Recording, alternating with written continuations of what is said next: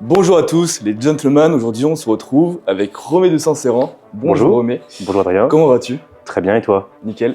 Je te remercie en tout cas d'avoir accepté mon invitation pour ce podcast. Donc ça me fait vraiment très plaisir de t'avoir. Et puis on va aborder un petit peu en même temps des sujets d'actualité. Tu vas te présenter qu'est-ce que tu fais sur Instagram, ton parcours de vie, etc. Ouais, ok, Est-ce que ça te va? c'est parfait. Un grand merci de me recevoir Adrien, je suis ravi. Et puis Merci. d'avoir l'occasion d'échanger avec toi sur tous ces sujets. Ouais, et ben allez, c'est parti. Alors, présente-toi, nom, prénom, âge et que fais-tu dans la vie? Eh bien, Romé Saint-Céran, 41 ans, marié, 5 enfants. Je suis alors dans la vie, j'ai une société de conseil et sur Instagram, je suis illustrateur pour la page Croquis Sartorio. Ok. Est-ce que tu peux expliquer qu'est-ce que c'est ta société de conseil pour les plus jeunes qui nous regardent? Oui, c'est un cabinet qui fait du conseil en ressources humaines et plus spécifiquement de la chasse de tête. Donc j'accompagne des sociétés dans le recrutement de profils correspondant à aux besoins qu'ils peuvent avoir. Ok, très bien. Et donc, à côté, tu es dessinateur sur Instagram C'est ça. et tu es également dessinateur pour certains magazines. Oui, absolument. J'ai commencé par alors les réseaux sociaux en 2014. À l'époque, c'était encore Facebook qui tenait la corde. Donc j'ai commencé sur Facebook, Tumblr aussi, Instagram. J'ai dû commencer alors comme toujours après tout le monde, donc peut-être vers 2017 ou 2018. Et maintenant, je diffuse de toute façon partout. Et donc, j'ai commencé par par les réseaux sociaux. Ça a amené des collaborations corporate avec des entreprises pour de la publicité, pour de la communication au sens large, et puis effectivement de la presse, où je travaille pas mal dans le domaine notamment géopolitique. Et j'accompagne différents titres, différents magazines sur des illustrations, sur des sujets qui m'intéressent particulièrement. Autant la politique intérieure, pas spécialement, mais c'est vrai que tout ce qui va être géopolitique, les grandes tendances, les rivalités éventuelles, les différents sujets, oui, c'est quelque chose qui m'intéresse. Donc ça me permet de concilier deux centres d'intérêt. Ok, très bien. On a un petit rituel à chaque fois qu'on invite quelqu'un. Pour toi, qu'est-ce que c'est l'élégance? Est-ce que tu peux nous donner une définition de ce terme? Alors, je pense que c'est exactement le genre de terme où si on cherche à l'encapsuler, on le vide de sa substance. Donc, c'est un peu Mhm. compliqué. Euh, je pense que l'élégance, c'est spontanément, je dirais, c'est un rapport au monde. C'est un rapport au monde, donc c'est pas forcément vestimentaire, c'est pas forcément physique. C'est peut-être une façon d'avoir un rapport aux autres et au monde qui soit le plus agréable possible. Euh, le fait d'essayer de mettre à l'aise pardon, les gens, le fait Mhm. de se montrer cordial, de s'adapter à la situation, au contexte et aux personnes avec lesquelles on est, c'est peut-être plus comme ça que je définirais l'élégance. Ok. Enfin, à chaud, hein, Ouais, ouais, c'est pas une définition définitive, mais à chaud, c'est ce qui me vient. très bien. Donc, vous aussi, en commentaire, n'hésitez pas à mettre votre définition de l'élégance. Et on n'oublie pas pour le référencement, commenter élégance. Donc, il faut savoir, le podcast est disponible sur toutes les plateformes, Spotify, Apple Podcast, Deezer, YouTube, etc. Donc, pas d'excuse pour le regarder. Et puis, on va continuer. Alors, donc, j'ai préparé un petit peu mes petites fiches. Donc, pour toi, le dessin, ça représente quoi dans la vie? Ah, alors j'ai toujours dessiné. Je n'ai pas de D'accord. formation. C'est un regret. Je n'ai pas de formation technique.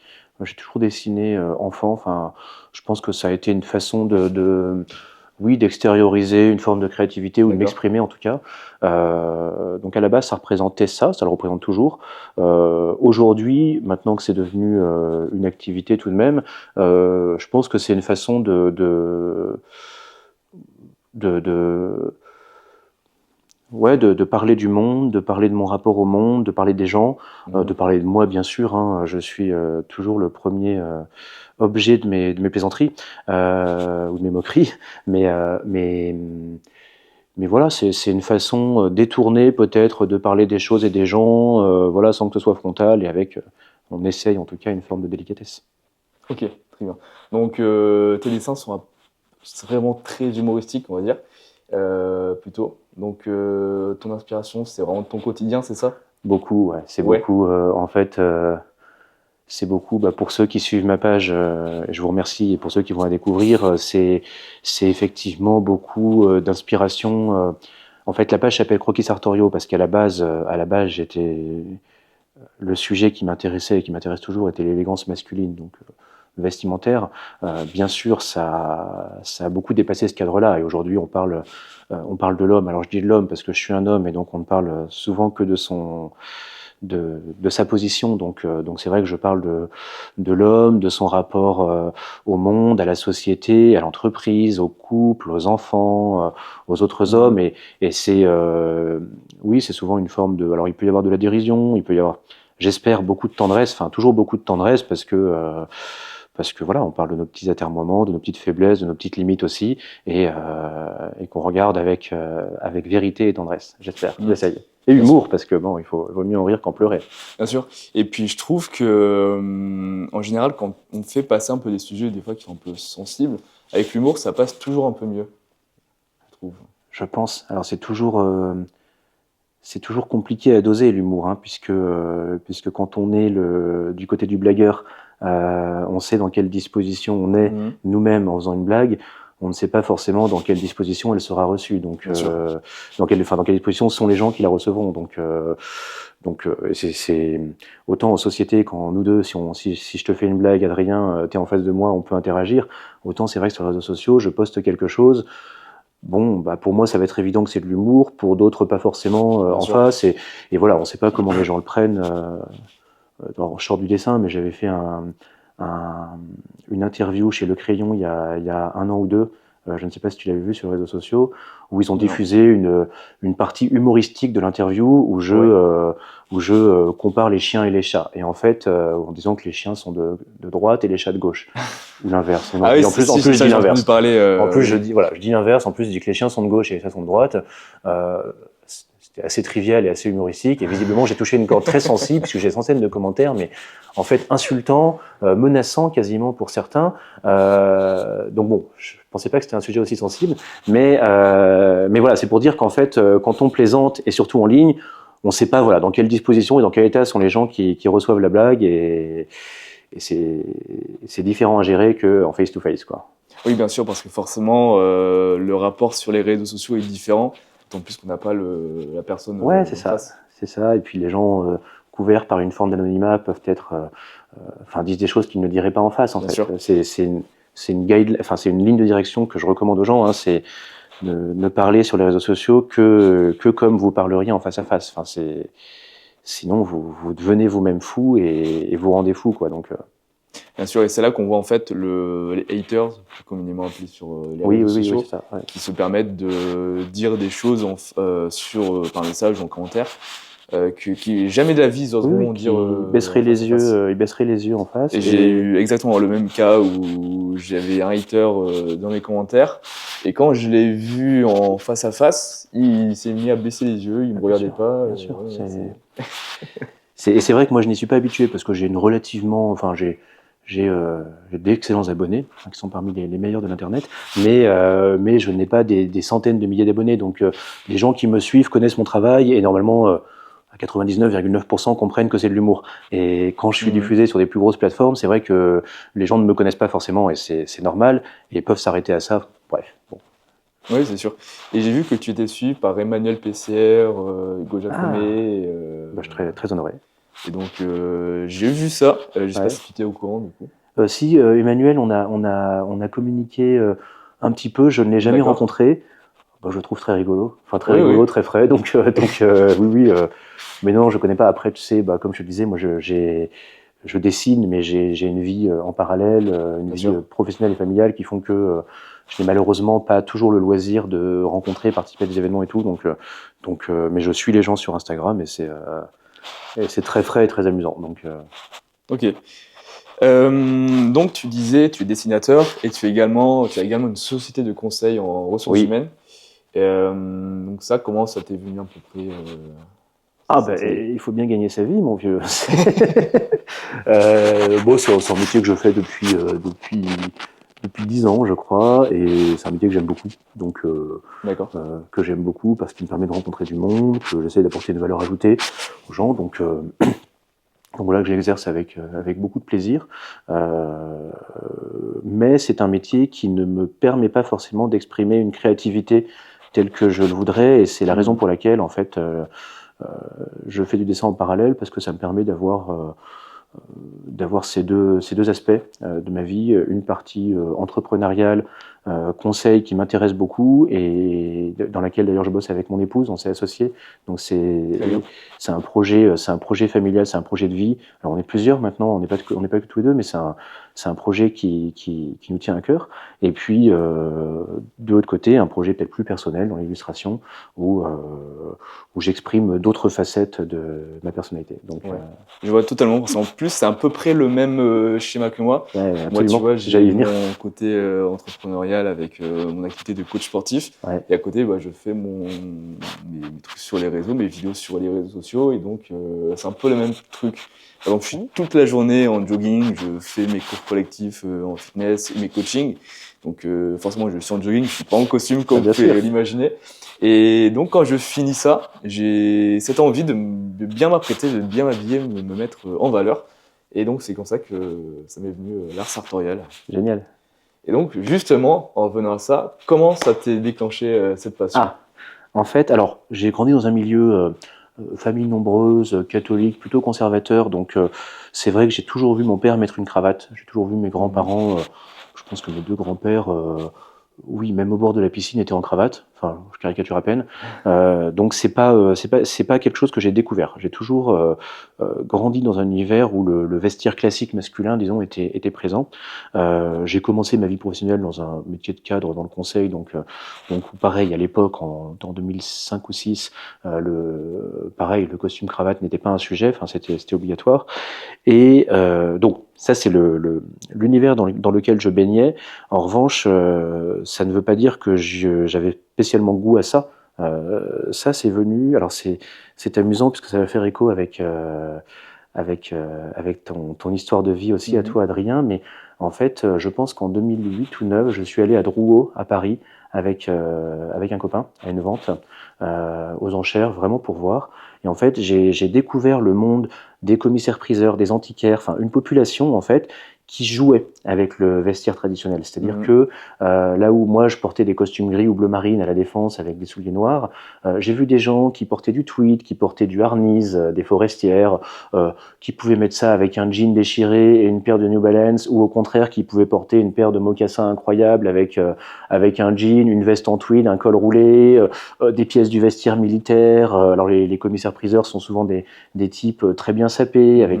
Et en fait, j'ai découvert une esthétique qui en fait a complètement, pas inversé, mais complètement fait évoluer mon rapport aux vêtements. Et je me souviens qu'en sortant, je suis allé m'acheter une paire de double boucles. Ça a été, Ah oui. je suis sorti de Drouot, je suis allé, c'est 7e largeur, qui est alors c'est peut-être en 2010, je sais plus, mais je suis allé 7e largeur, qui est une très bonne maison de souliers à Paris, Mhm. et je suis allé m'acheter une paire de double boucles Bordeaux en me disant, voilà, premier pas, je vais porter quelque chose qui est conforme avec les codes du vestiaire classique, mais qui n'est pas le soulier Richelieu noir que je porte en tant que consultant. Et voilà. Et puis, ça a été j'ai mis le doigt dans l'engrenage. Ok, ah c'est marrant. Ouais, donc tu vois, ça, un autre parallèle, voilà. Mais ouais, ça a commencé comme ça. Tu rajoutes à ça le fait que je fais un gabarit qui est assez compliqué en prêt-à-porter, puisque je fais, alors si on parle en taille de veste, je fais entre 60 et 62.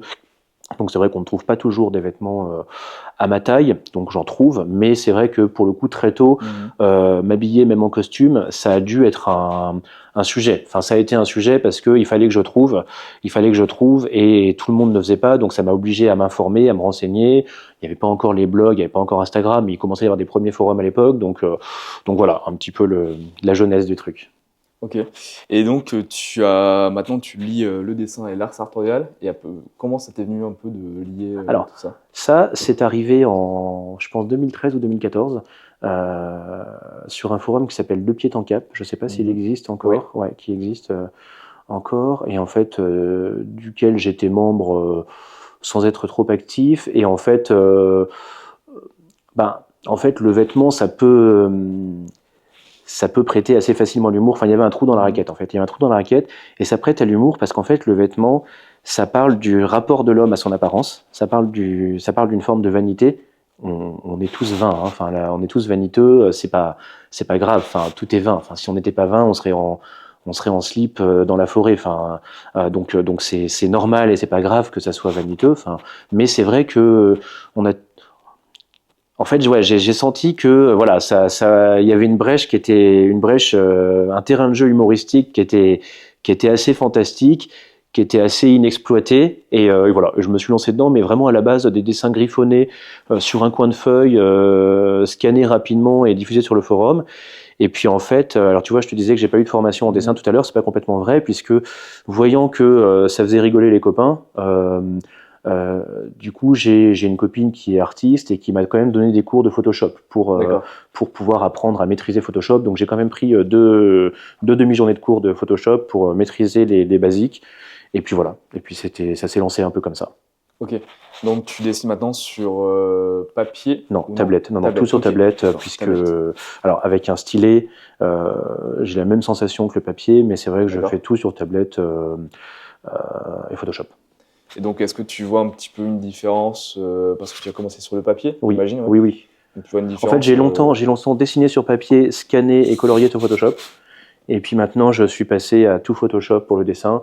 Oui, je vois une différence. Je pense que le dessin tablette, en tout cas moi, je perds en spontanéité.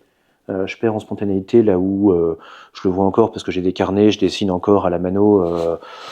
J'essaye d'avoir un petit carnet dans la poche et quand je suis en déplacement, quand j'ai le temps de griffonner des trucs et tout. Et oui, je suis forcément plus spontané en dessin manuel et moins exact. Et là où en dessin en ligne, bah oui, je suis plus précis, je suis plus exact et moi je trouve moins spontané. Mais bon, c'est chaque médaille a son revers. Oui, bien sûr. Et donc, le dessin, tu as réussi à ensuite faire un petit peu une activité à côté avec ton job d'illustrateur. Oui, c'est un deuxième job aujourd'hui. Ouais. C'est un deuxième job. Oui, entre la presse, les communications d'entreprise, les cartes de vœux. Là, je rentre dans la période en ce moment où des entreprises me sollicitent pour réaliser leurs cartes de vœux. Donc, c'est toujours sympa, toujours intéressant parce qu'il faut arriver en fait, exactement pour le coup, comme en chasse de tête, à comprendre le besoin, l'esprit d'une entreprise, et puis apporter une réponse qui corresponde à ce besoin. Oui, bien sûr. Et puis, je pense que ça peut t'apporter une plus-value, notamment dans tes activités à côté. Alors, pour l'instant, j'ai pas encore eu d'entreprise qui m'ont fait bosser sur leur carte de vœux et sur des paiements, pour l'instant, mais on verra. Mais là, si, alors ce qui est intéressant, c'est que, exactement comme en chasse de tête, pour le coup, tu vois, j'y avais jamais pensé, mais le brief qu'un client va me donner, que ce soit pour une illustration ou pour un recrutement, n'est pas forcément leur besoin. C'est pas forcément la même chose. Et en fait, je pense que notre valeur ajoutée, ça va être d'arriver à comprendre, en fait, derrière son brief, qu'est-ce qu'il a voulu dire et de quoi il a vraiment besoin, et de lui proposer. Et souvent, on se rend compte que les gens disent « Ah oui, en fait, c'était ça ». Et en recrutement, c'est pareil, c'est marrant. Ah ouais, ok. Ouais. Bon, bref.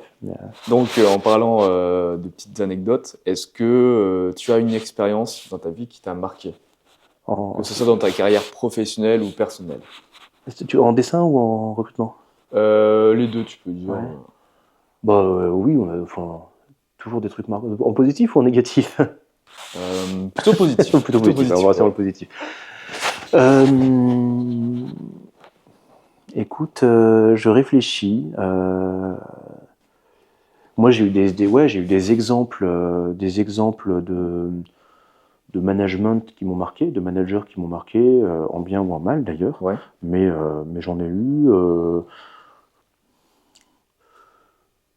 Ouais, alors on coupera éventuellement, enfin, parce que là, j'ai pas forcément de choses qui me viennent. Je suis désolé, qui me viennent spécialement en tête, mais. Oui, pas de souci. Ouais. Par rapport à tes expériences, est-ce que maintenant tu as un dessin que tu as regretté de faire ou une illustration? Pas vraiment. En fait, j'ai fait le choix dès le début de signer tous mes dessins sous mon nom propre. D'accord. Que ça soit croquis sartoriaux dans la presse. Et c'est un choix que j'ai fait parce que c'est une forme de garde-fou. C'est-à-dire que je j'ai envie de pouvoir assumer publiquement en fait tous les dessins que je fais.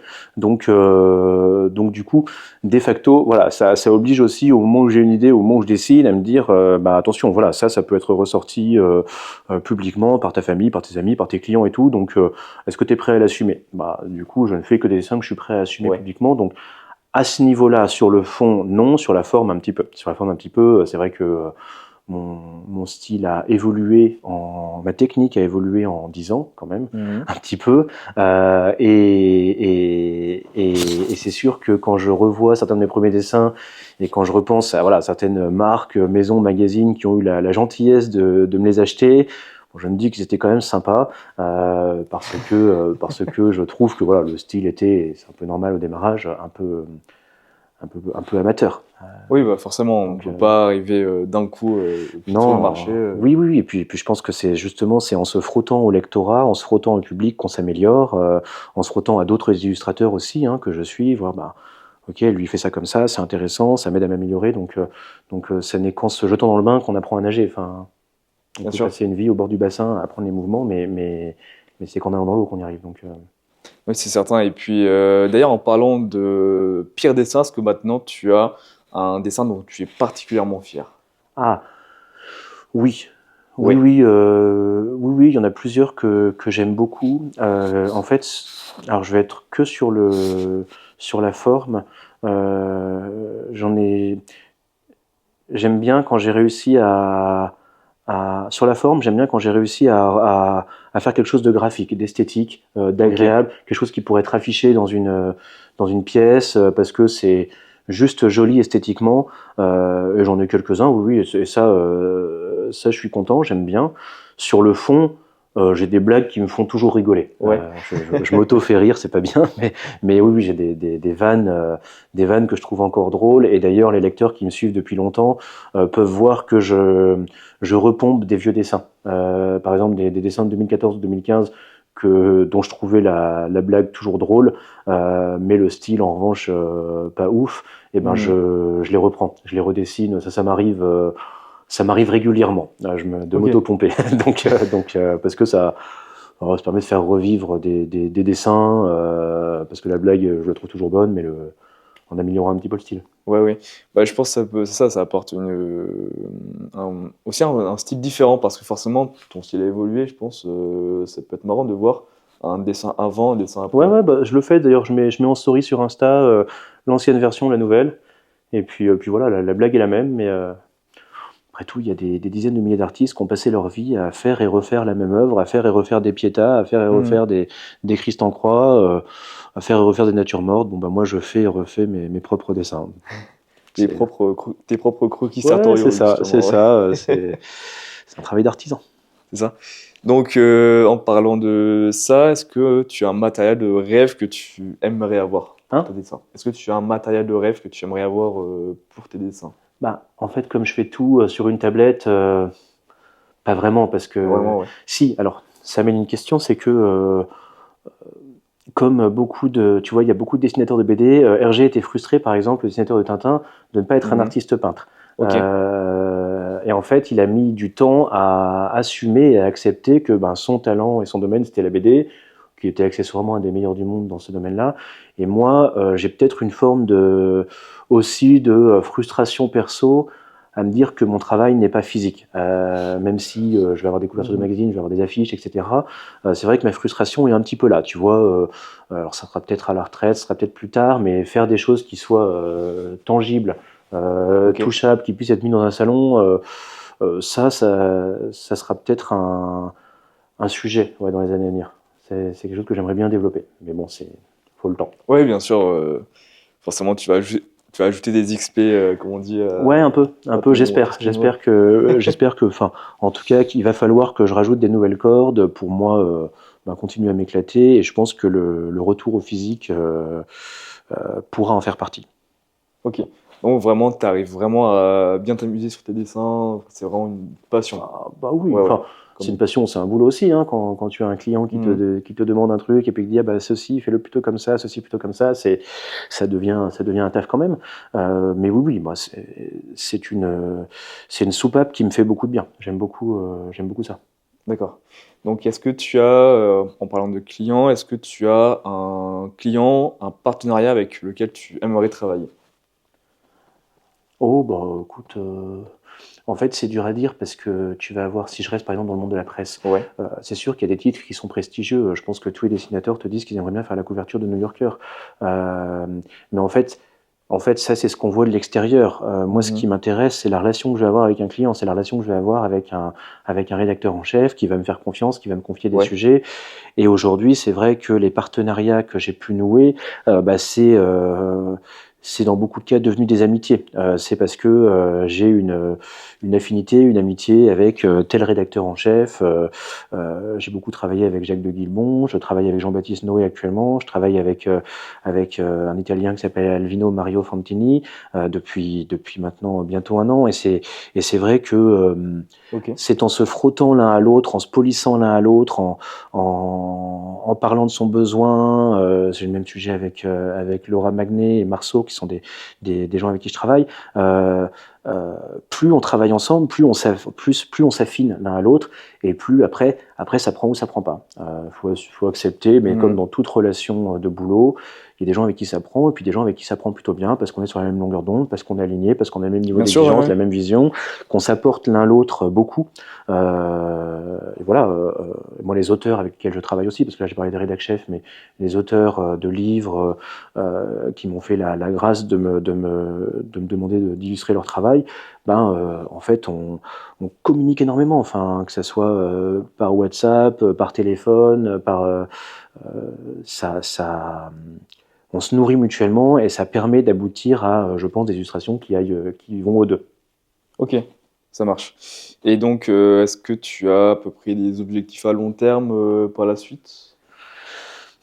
Pas vraiment. Sur ma boîte, oui. sur Ouais, le dessin, parce qu'on est obligé pour une entreprise d'avoir des objectifs, bien sûr. de s'y tenir. Sur le dessin, moi j'ai quelques drivers qui sont dans un coin de ma tête. Bon, il y en a un sur lequel je peux communiquer, c'est que j'ai été en lycée militaire, donc je suis pas militaire, mais l'armée est un monde qui m'a toujours plutôt plu. J'ai la chance de travailler donc pour des revues géopolitiques, donc sur des sujets pas mal liés au monde de la défense, et j'ai eu la chance de collaborer avec quelques équipes au sein de l'institution militaire pour réaliser notamment des affiches pour des salons, pour des événements, etc. Euh, Moi, j'ai un petit moteur dans un coin de ma tête qui est que si un jour j'arrive à accéder au statut de peintre aux armées, parce que je sais qu'ils l'ont ouvert à C'est des civil. artistes numériques. D'accord. Ouais, oui, enfin, Ok. ce sont des civils toujours, les peintres aux armées, mais depuis quelques années, c'est ouvert aussi à des gens qui travaillent en numérique. C'est pas que des gens qui font des tableaux comme ça. Ouais, ouais. Et c'est vrai que le fait d'avoir déjà réalisé plusieurs illustrations pour cet univers-là, pour l'institution militaire, fait que oui, si demain j'arrivais à atteindre ça, ça serait euh, Le Graal, ouais. ouais, le Graal, je sais pas, mais en tout cas, ça serait une forme de satisfecit, ouais. D'accord. On verra, la vie est longue. S'il y a des institutionnels qui nous écoutent, je suis joignable. Donc, si vous passez par là, je sais qu'il y a quelques personnes de la Marine nationale Ah oui, oui. qui sont sur mon compte. Donc, peut-être Alors en Marine nationale, potentiellement. il bosse beaucoup avec mon amie Calvert Drac, que je salue, qui est une excellente illustratrice et qui travaille beaucoup avec la Marine, qui est officier de réserve et qui fait un boulot extraordinaire. Donc la Marine, c'est plus son truc à elle. Moi, je suis plus armée de terre, les flingues et tout ça. Mais Les gros machins qui tirent, les trucs les qui trucs. tirent et tout, c'est rigolo. Et les camouflages, j'adore dessiner les camouflages. Je trouve que c'est très geek, mais je trouve ça très intéressant. Peut-être le côté graphiste, mais le travail qui est fait pour identifier sur tel type de théâtre, tel type de camouflage va marcher, et Mhm. ça, je trouve ça assez intéressant. Ouais. Donc là, ils ont sorti les nouveaux camouflages, je vais dire campagne et neige de l'armée de terre, qui sont très beaux. Donc bravo. Oui, Complimenti j'ai à vu ceux qui qu'il l'ont y réalisé. a des nouvelles tenues qui ont Ouais. été faites, ouais. Ouais, ouais, il y a un gros boulot qui a été fait. Alors, c'est un truc qui est plus européen, je crois, le camouflage qu'on va avoir. Je sais plus comment il s'appelle. On avait le Centre Europe pendant 30 ans. Et Mhm. là, le nouveau, je ne sais plus comment il s'appelle, mais je l'ai vu, on me l'a présenté, je l'ai même utilisé sur plusieurs illustrations. Mais ouais, a priori, plutôt du beau boulot. Ouais. Il camoufle bien. Ouais. On va aborder un autre sujet maintenant, un peu plus le sujet de la famille. Ouais. Tout d'abord, j'ai une question. En cas de malheur, à qui tu pourrais téléphoner? Tout d'abord, premier. En cas de malheur. Ouais, s'il t'arriverait un malheur.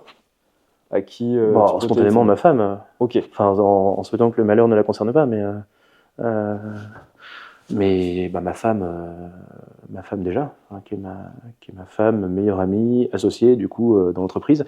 Ok. Et puis après, en fait, j'allais dire mes amis, mais parce que j'ai un frère qui a à peine un an de moins que moi, et donc du coup que je compte plus, enfin que je compte autant comme un ami que comme un frère.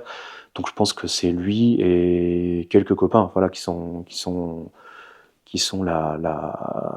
mon équilibre, voilà, Ouais. Ok. principalement. Ça marche.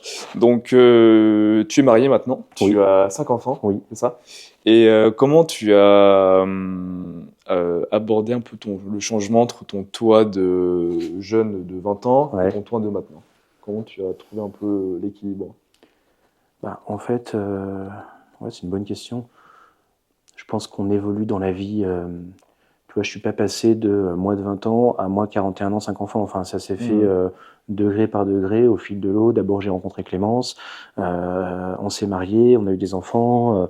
Donc, tout ça, ça a été des étapes de franchie. Enfin, je suis pas passé de jeune con qui ne pense qu'à faire la teuf à. Enfin, j'étais très intelligent, bien sûr, tout s'est fait par étapes. Tout s'est fait par étapes. Donc, c'est degré par degré. Je pense que c'est d'abord rencontrer la bonne personne. En fait, enfin, je parle que de mon expérience, hein, mais je pense que dans un couple, on se fait grandir mutuellement. Enfin, on se fait grandir mutuellement, c'est-à-dire que les engagements qu'on a pris l'un envers l'autre, ensemble, et l'un envers l'autre aussi, ben, nous obligent, entre guillemets, à,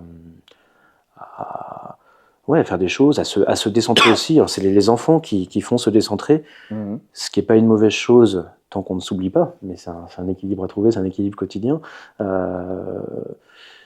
Mais voilà, je ne sais pas si ça répond. Oui, bah, c'est justement intéressant ce que tu dis parce que notamment les personnes de ta génération, ils ont encore cette image du couple qui est plutôt une relation où on cherche vraiment à durer. Tandis que maintenant, j'ai l'impression que les jeunes, c'est plutôt des relations un peu de consommation qui essayent. Je sais Et pas, c'est ouais, marrant. je sais pas si on peut tirer des généralités. Ah oui, tu Si, penses?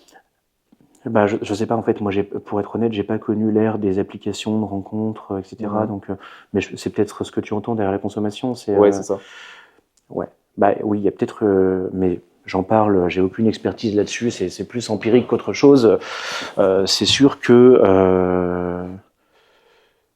peut-être que le fait que l'abondance de possibilités de rencontres n'aide pas. Ça, c'est possible. Après. Après, je pense que c'est aussi des choix, c'est-à-dire qu'à un moment, avec ma femme, enfin, on s'entendait bien évidemment, mais on a aussi choisi de construire notre vie ensemble. On a aussi choisi de se dire, on se donne l'un à l'autre, on va fonder une famille, euh, c'est toi que j'ai envie de voir tous les matins, et ça, enfin, j'espère en tout cas que les jeunes générations ne sont pas exemptes, enfin, enfin, auront toujours cette appétence. Enfin, Mhm.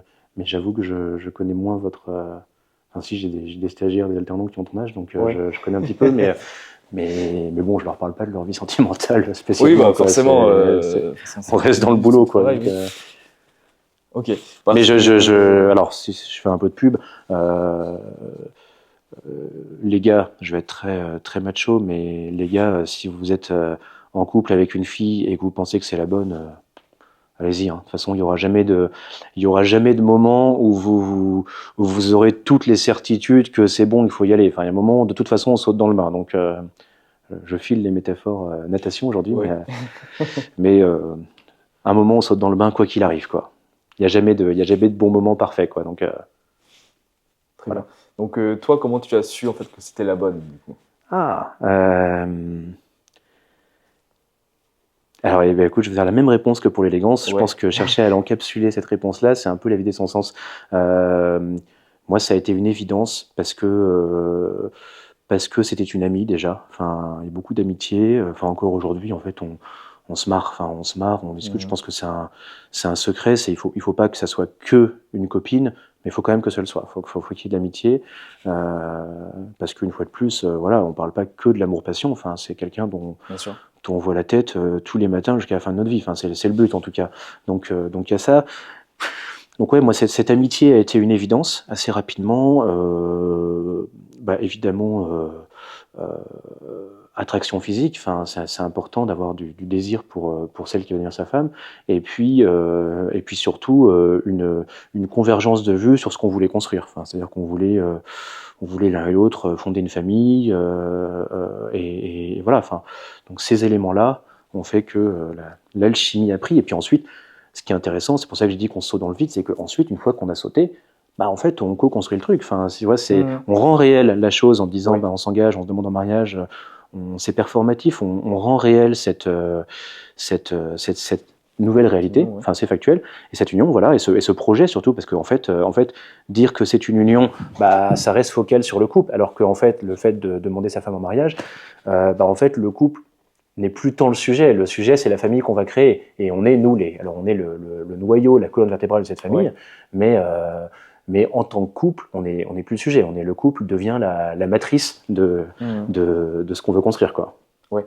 Est-ce que tu penses que c'est un peu en termes de métaphore, comme si tu posais la première pierre d'une maison, et ensuite petit à petit tu rajoutes d'abord les fondations, puis l'intérieur? Ouais, et c'est même, tu vois, c'est même encore avant ça, c'est comme si tu vas dire à tous tes copains, bon là je vais construire une maison. Bah en fait, ça y est, c'est devenu réel. C'est déjà réel à ce moment-là. En fait, c'est que ça, hein. Et ensuite, effectivement, tu vas d'abord creuser les fondations avant de mettre la première pierre, très important. Donc c'est tout ce travail-là, hein, de les fondations, bah, ça va être l'alignement sur le projet, sur les valeurs, etc. Et puis ce qui est bien, c'est qu'en fait on les construit ensemble, donc on va faire des choses qui sont pas forcément ce que toi tu aurais pensé tout seul si tu avais décidé de faire des fondations tout seul. Et puis ensuite effectivement on monte les murs.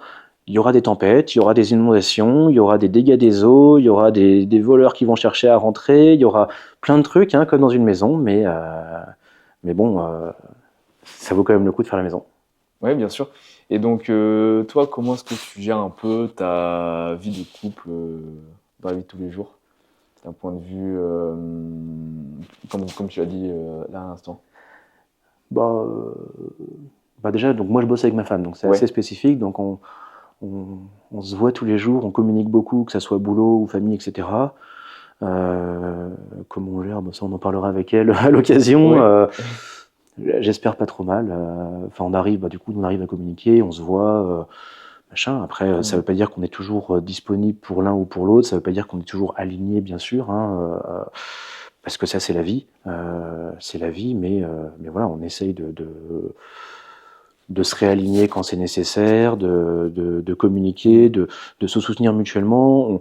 On se rend compte aussi qu'on n'a pas forcément les mêmes façons de communiquer notre amour l'un pour l'autre, ce qu'on appelle les langages de l'amour. Je sais pas si tu connais Oui, je vois très bien. les 5 langages de l'amour. Donc voilà, c'est intéressant de comprendre, alors modestement, au bout de quelques années de mariage, de comprendre un petit peu ce qu'elle peut attendre de moi, et vice versa. Bon, c'est l'aventure d'une vie, hein. Ah oui, oui, c'est ouais, c'est sûr. Pour l'instant, ça marche. Et ok, c'est intéressant parce que c'est vrai qu'il y a pas mal de jeunes qui nous écoutent et des fois ils ont un peu besoin de certains repères, comment Après, leur relation. Ouais. chaque histoire est différente. La seule chose que je peux dire, c'est que j'espère que ces jeunes générations, et on comprend à 10 000 % que ça puisse être vertigineux, mais voilà, que les gens ne vont pas passer leur vie et se réveiller à 45 ans en étant au bord de la piscine à apprendre les mouvements de natation. Voilà, à un moment, faut plonger, et c'est que comme ça qu'on apprend à nager, quoi. Donc voilà, c'est juste ça. Mais après, chacun a son rythme, chacun ce qu'il veut, comme il veut. Tout le monde n'est pas destiné à ça. Je parle que de mon point de vue, hein, une fois de plus. Bien sûr. Donc voilà. Ok.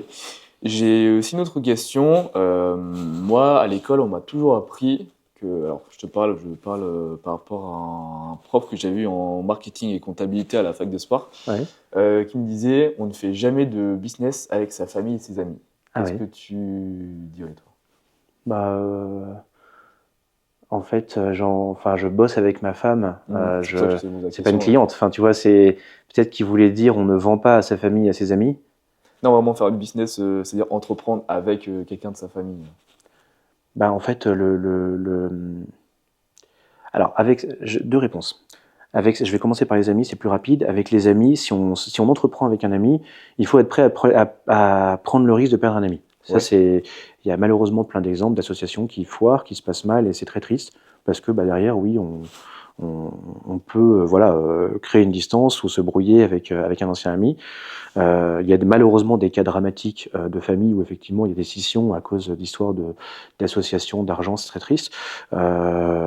Après, tu diras à ce prof qu'il y a des centaines de milliers en fait de cas où des couples entreprennent ensemble. Enfin, ton boulanger, il y a de fortes chances qu'il bosse en couple. Ton boucher aussi. Beaucoup de restaurateurs bossent en couple. Ce que je veux dire, c'est que peut-être que le modèle du salariat tertiaire, c'est 100 dernières années a un peu cassé ça, mais jusqu'à il y a un siècle, et encore aujourd'hui beaucoup sur les exemples que je t'ai cités, les gens par défaut bossaient en couple. Les fermiers bossaient en couple, Ouais. dans l'agriculture, dans le commerce, dans les services, dans la restauration. Encore aujourd'hui, plein de gens bossent en couple. Donc c'est pas... moi, je trouve que c'est une unité qui est assez saine finalement de se dire on bosse ensemble, chacun avec ses talents pour subvenir aux besoins de notre famille. C'est même plutôt naturel. Enfin, c'est même plutôt naturel comme format. Et voilà, une fois de plus, ton boulanger le fait aussi. C'est juste que voilà, le monde tertiaire a un petit peu fait casser ça ou fait oublier ça. Donc, je pense qu'il a raison d'avertir sur les risques que ça représente. Ouais. Il existe, Dieu merci, beaucoup de cas qui lui donnent tort. Mais oui, c'est sûr que c'est pas la même chose que. C'est sûr. C'est sûr que avec des amis, on prend le risque de les perdre. Des frères et sœurs, malheureusement aussi. Conjoints, en fait, nous, du coup, on met dans la balance le fait qu'il faut que ça marche. Enfin, qu'il faut que ça marche parce que notre couple est plus important que notre boîte. Donc voilà. Ouais, donc faut faire passer ses priorités avant. Ouais, c'est les gros cailloux. Faut mettre les gros cailloux en premier parce que si on les met à la fin, ça marche pas. Oui, bah c'est sûr. Ok. Je vais te passer un petit objet, tu vas me dire Ouais. quoi ça te fait penser. Ah ça me fait penser à un chapelet, non? Oui, ça. Donc c'est le sujet de la religion qu'on va aborder. Ouais. Qu'est-ce que ça représente pour toi la religion? Ah, alors, on va dans le fond du sujet. Moi, je suis catholique pratiquant. Ouais. Je suis catholique pratiquant. Donc, ce que ça représente pour moi, alors après, ça va être très intime. Je vais pas parler de ma foi parce que c'est quelque chose de personnel. Mais oui, j'ai été élevé dans la religion catholique, comme je le disais tout à l'heure. Je mentirais si je disais que ça n'a pas une place dans ma vie. Alors, je suis un chrétien bien imparfait, bien sûr, hein, comme nous tous. Mais oui, ça a une place dans ma vie. Alors déjà quotidienne, et puis dans ce que je cherche à transmettre à mes enfants. Tu m'en parlais tout à l'heure de famille, de couple. Bien sûr que ça a une place dans ce qu'on cherche à apporter. Il y a un corpus, alors je veux dire de valeurs, le terme est un peu galvaudé, mais de points qui sont en fait pour nous des repères, qui nous permettent aussi de voir, tu vois, typiquement notre vie de couple, dans notre vie de parents, dans notre vie d'entrepreneur, dans notre travail, qui permettent de voir quand on se désaligne en fait. C'est-à-dire que ça aide quand même cette forme de structure de colonne vertébrale à savoir, là, je suis en train de faire une connerie, je suis en train de faire un truc qui est pas très honnête, je suis en train de faire un truc qui est pas aligné. Est-ce que clairement je l'assume? Est-ce que je l'assume? Non, en fait. Et donc ça aide quand même, ça aide à ne pas tomber dans ce que j'appellerais la tentation relativiste, qui est de tout se vaut, non, mais c'est pas grave et tout. Non, il y a des choses qui sont graves, il y a des choses qui sont pas bien. On peut en faire, hein, on fait tous des conneries, on pêche tous, pour employer du vocabulaire catho, on pêche tous, mais ça n'est pas parce que je pêche que je veux qu'on me fasse croire ou qu'on me dise que mon péché n'est pas un péché. Non, j'ai péché, j'ai fait une connerie. Et donc du coup, c'est une forme pour moi je vais dire garde-fou une fois de plus, mais de cadre qui m'aide à avancer dans ma vie de famille, de couple et de boulot. Ok. Mais je pense que ceux qui suivent mon travail, il y a régulièrement des références à la religion. Il peut y avoir d'ailleurs certains dessins des degrés de lecture différents en fonction. Je pense qu'un catholique pratiquant ne lira pas mes dessins de la même façon que quelqu'un qui est complètement athée, je pense. Et donc le chapelet, voilà, ça évoque ça. Ça évoque Alors, ça évoque, là, on va rentrer, mais bon, on est lyonnais, on peut le dire, on ne le cache pas. Donc Lyon est une ville qui a un attachement très fort à la Vierge Marie, et donc du coup, on va bientôt être le 8 décembre d'ailleurs. Et donc du coup, oui, le chapelet, ça évoque pour moi la dévotion mariale, qui je pense est quelque chose d'important. Donc je ne dis pas que je dis mon chapelet tous les jours, loin de là, je devrais, mais voilà, un peu ce que ça évoque pour moi. Ok, très bien. On est allé loin là, très perso. Ouais, je pense que c'est intéressant à écouter, oui. Même si on n'est pas forcément croyant ou pratiquant. Donc moi, je suis croyant pratiquant. C'est comme ça qu'on s'est rencontrés à la paroisse. Et donc, c'est vrai que je pense, même intéressant pour les non-croyants et pratiquants d'avoir une autre version sur la vie. Ouais. Je pense intéressant.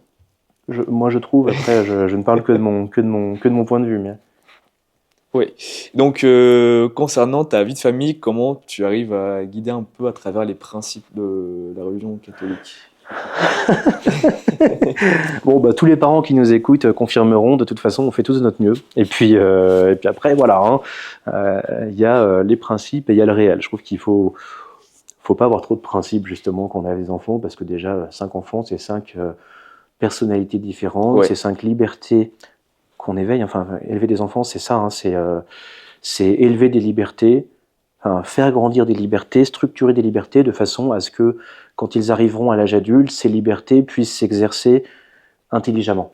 Mais elles ne nous appartiennent plus. Enfin, tu vois, quand un enfant devient adolescent et jeune adulte, en fait, il commence à poser ses premiers choix et ces choix lui appartiennent. Il fera des conneries, évidemment, comme on a tous fait.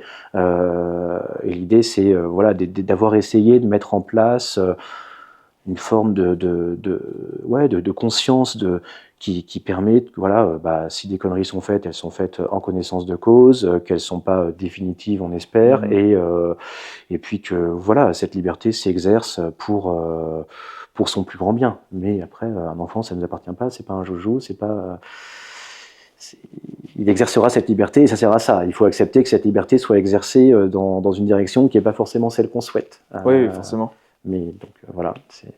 Donc est-ce que si on reprend le même schéma, si d'abord un enfant, c'est comme si on posait d'abord les fondations, ensuite c'est à lui de poser le reste? Je pense, c'est une bonne. Ouais, je pense que c'est une bonne. C'est qu'on essaye en fait de lui fournir des fondations humaines, intellectuelles, morales, spirituelles peut-être. Moi, ce que je trouve le plus chouette, le plus beau cadeau qu'on puisse faire à un enfant, et je le vois avec les miens, c'est quand on se rend compte qu'ils ont une vie intérieure, qu'ils ont un dialogue intérieur. Ouais. En fait, à chaque fois que c'est arrivé, je me suis dit c'est bon. En fait, l'essentiel est là parce qu'ils ont un dialogue intérieur. Ça veut dire qu'ils ont une réflexion sur le monde. Ça veut dire qu'ils ne sont pas uniquement ce que je crois Murray appelait des homo consumeris, donc des personnes des agents économiques efficaces, mais que il y a une forme de dialogue intérieur. Et alors, je vais citer, je crois, je ne vais pas le citer, mais je vais évoquer, je crois que c'est Bernanos qui disait que le monde moderne est un combat contre toute forme de vie intérieure, et qu'on va chercher, tu vois, on évoquait les réseaux sociaux, alors à part bien sûr pour écouter tes podcasts, mais le travail des réseaux sociaux aujourd'hui va chercher à bouffer le temps disponible, bouffer le temps intérieur des gens. Et moi, je suis le premier à scroller, bien sûr. Mais je pense que oui, le plus beau cadeau qu'on puisse faire à un enfant, c'est lui apprendre à s'ennuyer, lui apprendre à avoir du temps pour lui apprendre à poser des jugements, des impressions, à s'écouter sur le monde, sur les gens, avoir une forme d'intériorité en fait. Et tu vois, à titre d'exemple, nous, on marche avec les enfants sur les chemins de Saint-Jacques. On est parti du Puy-en-Velay il y a 2 ans et on va à chaque vacances, on fait 3-4 jours de marche. Okay.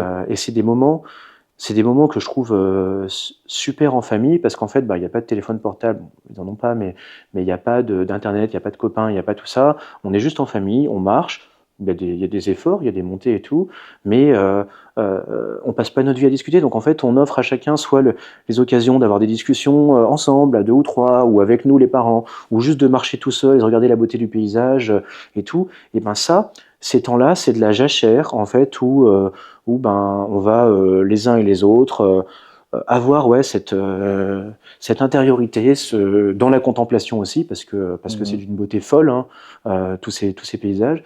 Et voilà. Et puis ensuite, le soir, des moments en famille, on va se faire une grosse tartiflette, un gros plat de pâtes, jouer aux cartes et tout. Et c'est important. Enfin, on aime bien ces moments un peu hors du temps, quoi. Ouais, un peu comme des retraites spirituelles, non? Un peu. Ouais, Ouais. alors c'est une retraite marchande. Ouais. Et puis alors on prie un petit peu, mais voilà, c'est en fait, voilà. Je vais parler aussi en tant que catholique, mais je pense que une vie bien ordonnée, c'est une forme de prière, hein. C'est une forme d'action de grâce aussi. À un moment en famille, c'est une action de grâce pour les choses sont comme elles doivent être en fait quand on est dans ces moments-là. Ouais, bien sûr. Ok. Ouais, c'est intéressant. Enfin, je pensais qu'on avait parlé de ça, dis donc. Tu m'as C'est bien vu. c'est le dialogue, ouais. Ouais, écoute, c'est très bien. On va passer avec un peu d'actualité, donc on va Ouais. toujours finir avec la partie religion. Il y a, je crois, 360 millions de chrétiens dans le monde, Ouais. et il y a un chrétien sur 7 qui est empêché de vivre librement sa foi. Ouais. Qu'est-ce que ça te fait penser, toi? Quoi ça te fait penser? Est-ce que tu réagirais un peu? Je réagirais en disant nihil novi sub sole, c'est-à-dire que rien de nouveau sous le soleil, malheureusement. Euh, oui, en fait, quand tu relis le Nouveau Testament notamment, euh, on dit que la religion chrétienne s'est répandue par le sang des martyrs. Donc on parle des martyrs de l'Empire romain. Aujourd'hui, on a des chrétiens qui sont massacrés par l'islam dans des pays musulmans. C'est des situations dramatiques. Moi, je pense, alors pareil, je parle en tant que catholique, mais que c'est l'exemple de ces chrétiens nous oblige. C'est-à-dire que c'est des gens qui confrontés à quelqu'un qui menace de leur couper la tête ou de les tuer, eh bien, ça a été le cas hein, en Égypte récemment. Je crois qu'il y a plusieurs personnes qui se sont fait zigouiller parce que chrétiens. Et en fait, ces gens-là n'ont pas failli. Ils n'ont pas failli dans leur foi. Ils n'ont pas dit oui, non, mais ok, c'est bon, je suis pas chrétien, je me convertis.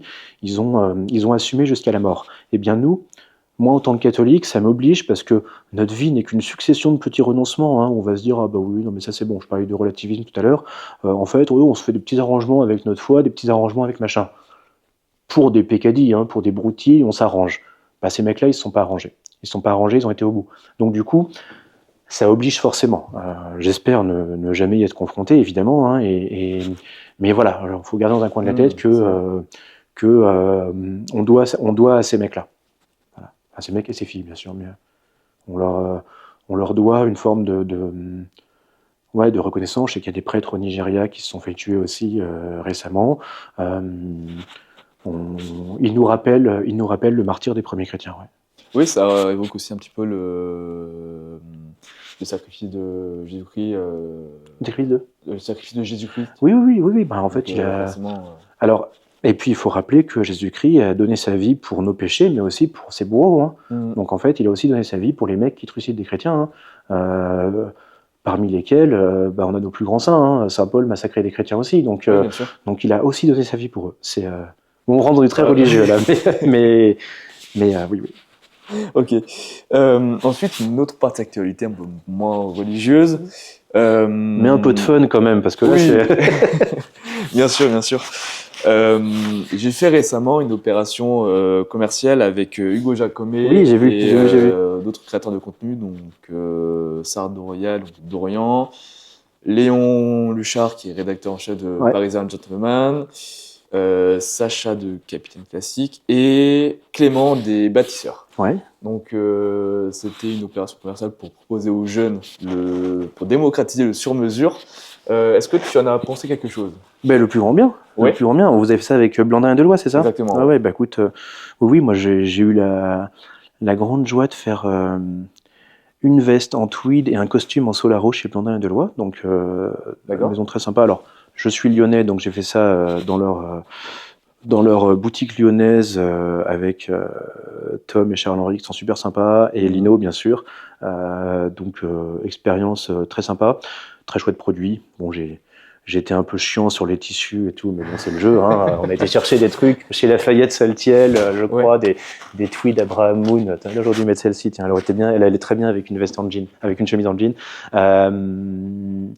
En fait, moi, je trouve que c'est un travail. Je crois que c'est une initiative d'Hugo à la base, c'est ça? Oui. Ouais, Ça. en fait, c'est une super initiative parce que, et merci à lui, mais surtout à Blandin et Deloy d'avoir accepté de jouer le jeu, parce que ça a pu permettre à pas mal de jeunes d'accéder en fait à un super produit, à un budget, alors j'ai plus les prix exacts, mais qui était très concurrentiel, c'est ça? Oui, c'était, il y avait 3 ou 4 offres. Donc, les premiers prix, c'était en fonction des premiers Ouais. arrivés, premiers servis. Ça commençait, je crois, à 540 et ça Ouais. finissait dans les 650 ou Ouais, 700 bon voilà, max. c'est même pas le prix d'une paire de baskets Balenciaga. Franchement, les gars. Donc non, écoute, moi j'ai trouvé ça. Alors, j'en ai pas bénéficié parce que je vais pas te mentir, je ne manque pas de tenue sartoriale. Mais non, je trouve que c'est une bonne initiative parce que ça permet de rendre accessible. Bien sûr que c'est un budget, hein, mais relativement accessible. En tout cas, en rapport qualité-prix, difficilement battable, je pense. De mettre le pied à l'étrier des gens.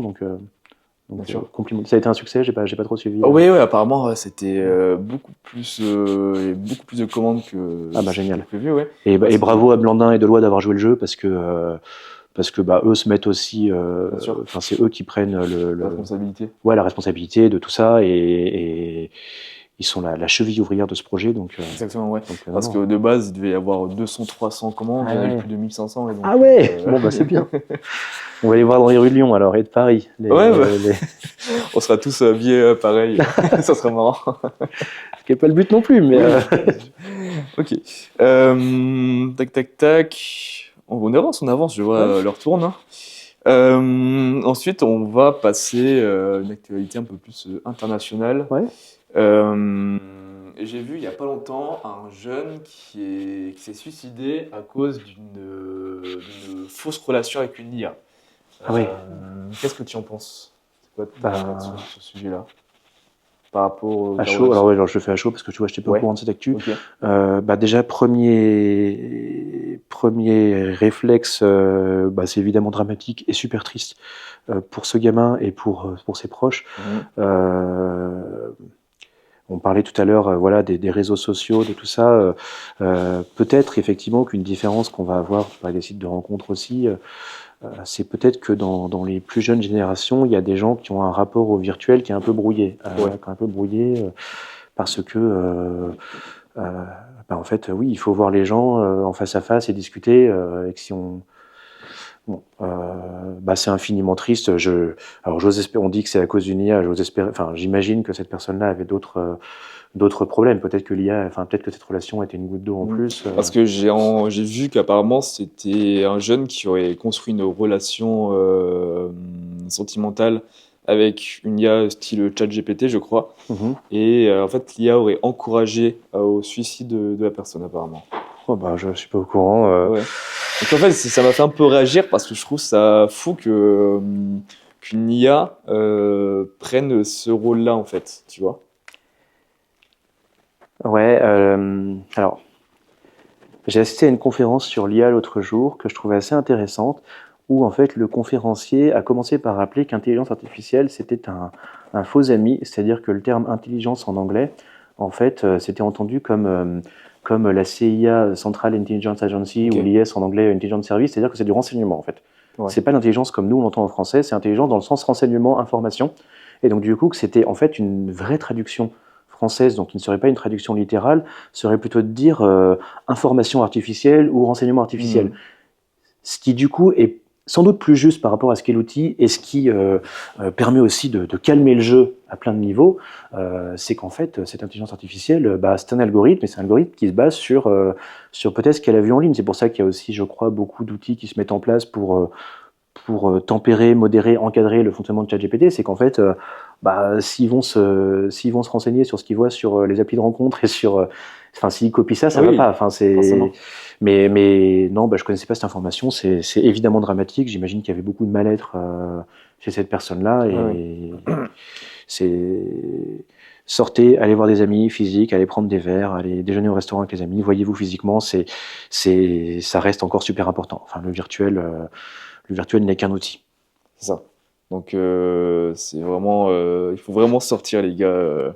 Bon, je vous encourage. Allez au sport. Oui, Allez, exactement. Faites du sport parce qu'en plus vous serez mieux dans votre tête, parce qu'on dit souvent un esprit sain dans un corps sain. C'est ce que j'essaie aussi de promouvoir petit à petit, j'ai des projets qui vont se mettre en place grâce avec cette philosophie-là. Et vraiment, le sport, ça peut vraiment régler plein de problèmes. Donc déjà mentaux, ça permet d'être mieux dans sa tête, et aussi physique, parce que ça permet aussi d'éviter plein de problèmes de santé, que ce soit toutes les maladies cardiovasculaires. Et ouais, franchement, faites du sport. Vous allez voir, c'est le meilleur investissement que vous pouvez faire. Et faites-vous des amis après la salle ou après être allé courir, allez prendre un verre, Enfin, oui, j'imagine que si ce brave gars avait eu un copain avec qui aller prendre un verre ou avec qui aller courir, eh ben, il serait peut-être pas suicidé. Oui, forcément, ouais. Donc en fait, le sujet, est-ce que c'est l'IA ou est-ce que c'est la solitude et l'enfermement, je ne sais pas. L'IA n'était qu'une goutte d'eau, d'après dans ce que tu me dis. Oui, apparemment, ouais. Parce que on est de plus en plus confronté dans la société au fait qu'il y a beaucoup de jeunes qui se renferment sur eux et qui n'osent pas aller dans le monde extérieur pour se sociabiliser. Ouais. Alors, moi, je suis pas concerné, mais je ne sais pas ce que tu faisais à l'époque du confinement, mais moi, ce que j'ai trouvé, on n'en a pas assez parlé, mais ce que j'ai trouvé très brutal et très dur, c'est qu'on a demandé à des jeunes, tu vois, à des âges 18, 19 ans, qui sont des âges où normalement on crée sa sociabilité, on rencontre du monde, c'est des âges qui sont importants dans la construction d'un futur adulte, et en fait, on leur a demandé un sacrifice et un effort de rester chez eux, de s'enfermer avec la menace de dire si tu sors, tu vas tuer mémé, sachant que ces gens-là, on savait déjà à l'époque que eux-mêmes ne risquaient rien. Et en fait, alors évidemment que c'est pas les tranchées de rester chez soi, mais en fait, on a quand même privé une partie de cette jeunesse d'une sociabilité qui est super importante à une phase de construction. Et c'est trop tôt pour voir s'il y aura des conséquences psycho ou je sais pas, mais oui, ça a sans doute été dans le sens de ce que tu décris, d'une forme d'enfermement. On se dit, en fait, commande ton Uber Eats, reste chez toi et prends-toi la tête sur les réseaux sociaux à te prendre la tête avec des gens, à surinterpréter ce qu'on te dit et tout. Voilà, c'est assez triste, je pense. Ouais. Donc le conseil que tu donnerais aux jeunes qui nous écoutent, qui sont dans ce cas, c'est vraiment de sortir, moi, se sociabiliser, ouais. Ouais, je trouve que surtout que en fait, il faut considérer les réseaux sociaux, tout ça comme des outils pour se rencontrer. Tu vois, nous, en l'occurrence, on s'est indirectement rencontrés par les réseaux sociaux, mais ça doit être des moyens de se voir, de déjeuner, de se rencontrer, de faire des choses, etc. Dans la vraie vie. Dans la vraie vie. Enfin, c'est important. C'est que des outils en fait. C'est que des outils. C'est des moyens. C'est pas des fins. Les réseaux sociaux. Et ouais, façon. Ok. On va passer à une autre actualité ensuite. Ouais. Hop. Alors, les élections américaines ont eu lieu. Donald Trump a été élu. Que penses-tu du personnage? Sartorialement? D'abord un peu. Sartorialement, ça sera après. Ouais, ok. Bon, on va passer. Donc personne ne s'en ma réponse sur la question, sur la dimension sartoriale. Oui, donc d'un point de vue, vu que tu es très amateur de géopolitique. Ouais, écoute. Que penses-tu de ça venu au pouvoir? Moi, je suis pas citoyen américain, donc j'ai un avis de simple observateur à donner. Écoute, pour moi, l'élection de Donald Trump, si ça peut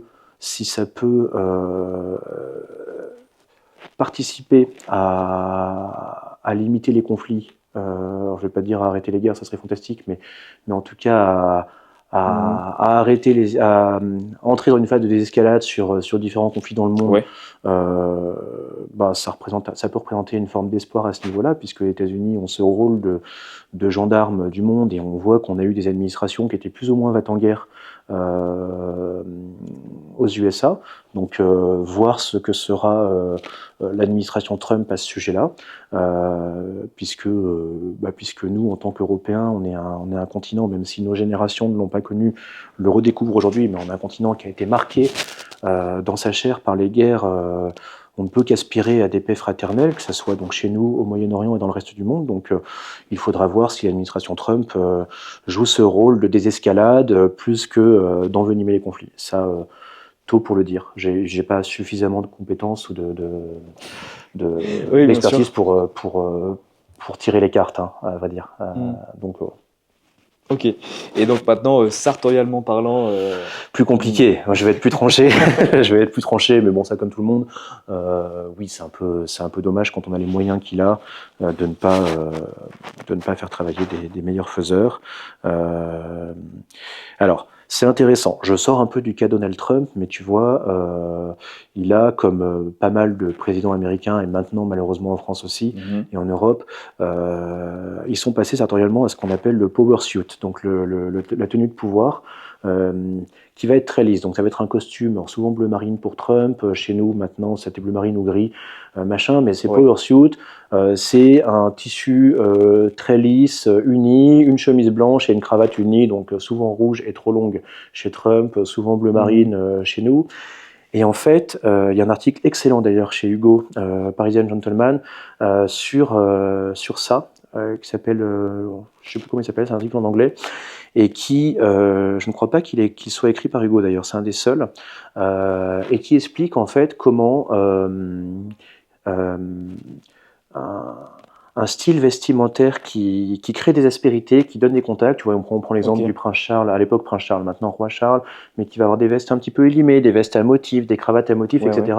Comment en fait ça permet de créer une forme de lien et de lien avec son interlocuteur, avec les gens, et une forme d'accessibilité parce que bah tiens, son col est un peu élimé aussi, tiens, son coude est un peu rapiécé, il a mis un patch, son soulier aussi, les motifs, les accords sont souvent bons, mais parfois un peu hasardeux, et en fait, ça crée des aspérités, et donc du coup, ça crée des accroches, et ça crée un lien avec les gens, là où le power suit, donc bleu marine, chemise blanche, cravate unie, bah en fait, c'est une armure, c'est inaccessible, il n'y a pas d'aspérité, il n'y a pas moyen de rentrer dedans, et voilà, en fait, comment une tenue peut être une façon d'entrer en contact, comme une façon de fermer le contact. Et en fait, c'est une intuition, mais je la trouve plutôt juste. Tu vois, là, je porte une chemise en denim. Bah, Ouais. du coup, le denim, c'est un peu délavé par endroits, c'est pas parfait. La veste, pareil, c'est une espèce de tweed moucheté. Bon, bah, on crée de l'aspérité, on crée ouais, une forme de relief. Ouais, ouais. Ok.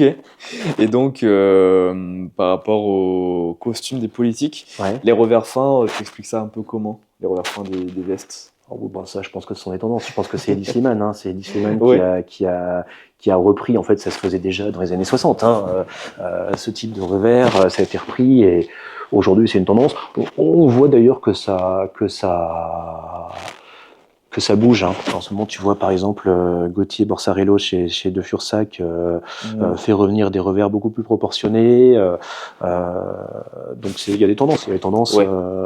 La mode, ça tourne. Donc Mais tu vois, là où je pense que l'art sartorial, justement, ça reste toujours figé dans le temps, je pense. bah oui et non. En fait, oui Ah et ouais? non. Ouais, en fait, si tu veux, les époques ont des tendances.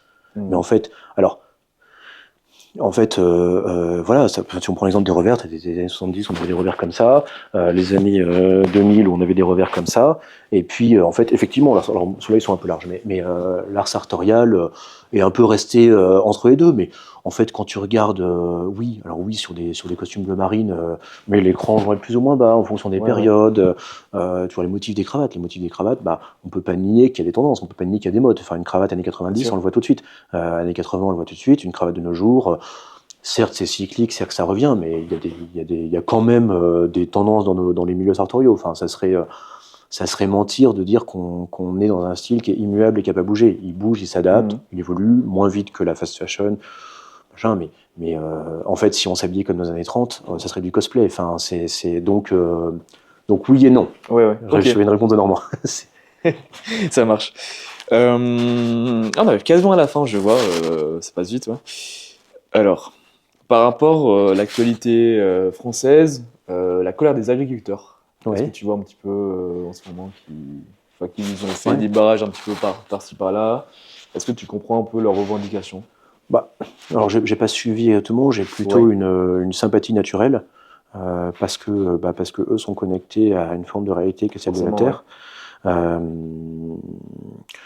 Plutôt une sympathie naturelle aussi parce que j'ai le sentiment que les politiques agricoles communes européennes et françaises ont dépossédé, ou en tout cas ont éloigné l'agriculteur de la réalité de son marché, c'est-à-dire que les prix sont fixés, ils n'ont pas de choix. L'Europe vient faire un rôle d'agent qui vient équilibrer dans un contexte de concurrence internationale. L'inspiration de la PAC n'était pas forcément mauvaise à la base, dans les années 50 quand elle est sortie, mais aujourd'hui, voilà, les gens, quand tu rajoutes à ça le fait que l'Union européenne commence à mettre en place des accords de libre-échange avec des pays qui n'ont pas forcément les mêmes règles et les mêmes normes que nous en termes de production agricole, donc voilà, c'est comme si on te disait, toi, tu vas être coach sportif et on t'impose d'avoir tel agrément, telle norme, telle formation et de travailler avec tel et tel équipement, et puis dans la même salle de sport, tu as un coach sportif qui arrive en t-shirt D4 et qui a le droit d'exercer sans rien et qui est en concurrence avec toi, sans diplôme, sans rien, et puis qui va être moitié moins cher que toi, tout le monde va chez lui, et puis toi on te dit, ah bah non, mais regarde, je vais te donner une compensation. Bah ouais, mais bon, pas cool. Enfin, je pense que c'est des gens qui n'aspirent pas à vivre de subsides européennes, ce que je comprends.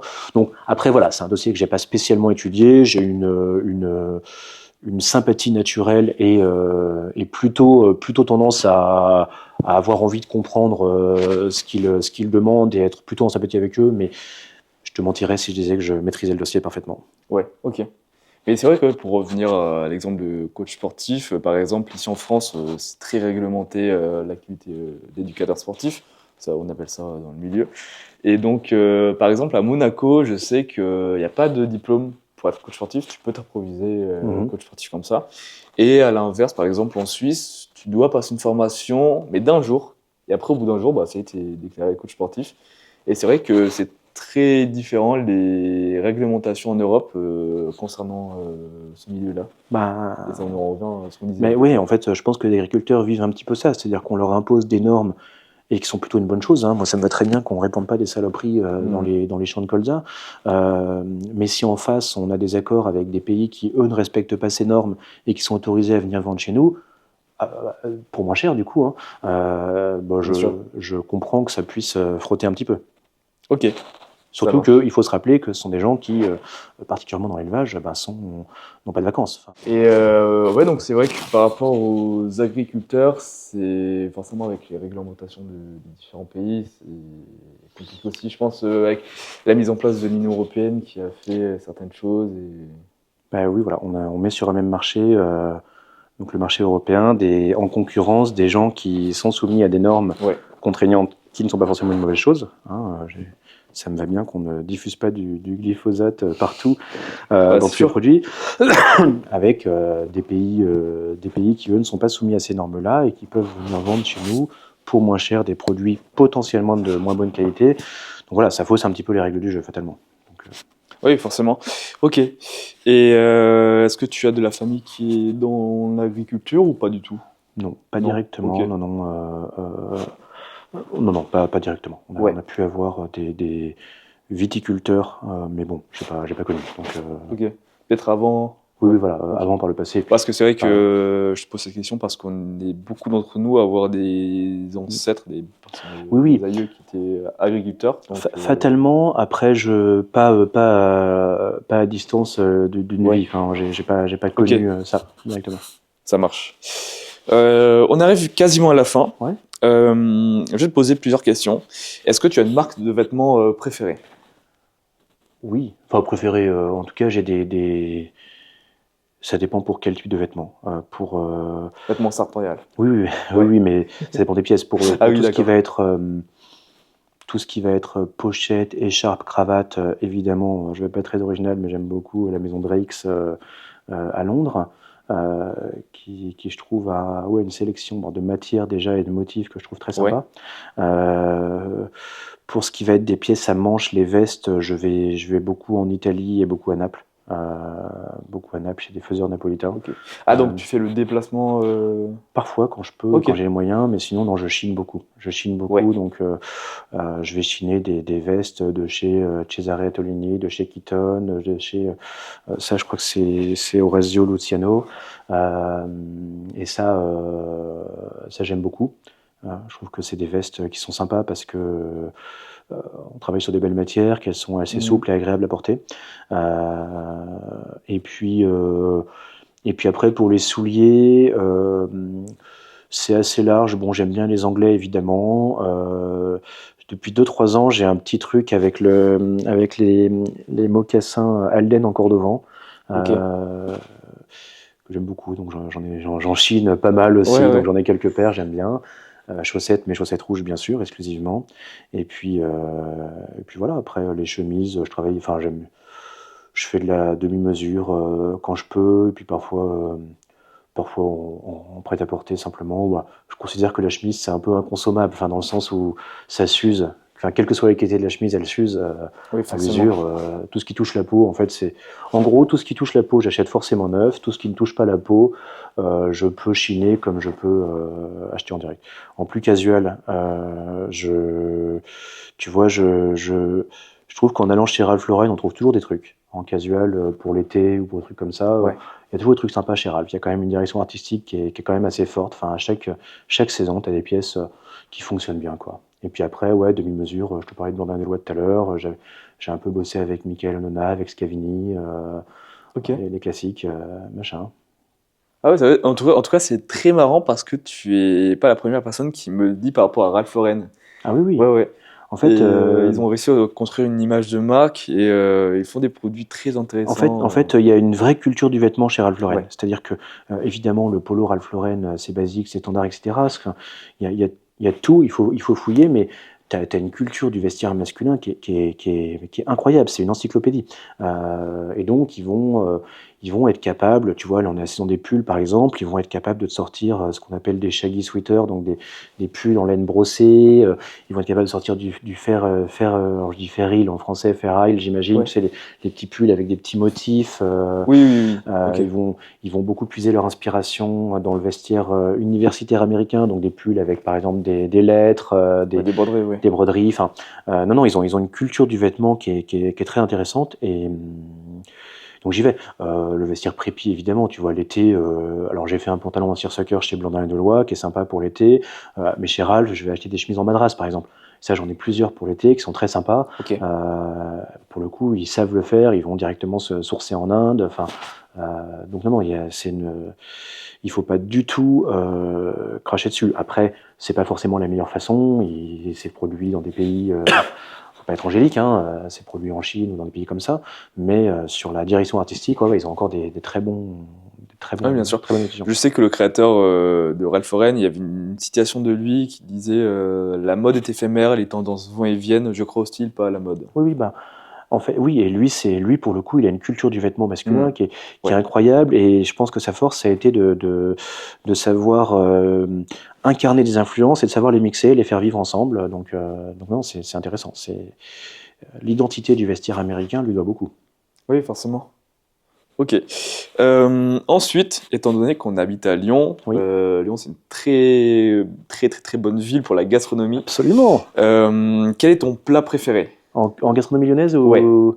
gastronomie lyonnaise d'abord. Oh, bon, en gastronomie lyonnaise, je vais pas être chiant, hein. Moi, des bonnes quenelles, j'aime Ah oui, bah, beaucoup. Tablier de sapeur, ça me va très bien aussi. ouais. Saucisson brioché, alors ça en plus, ça a l'avantage d'être un plat familial.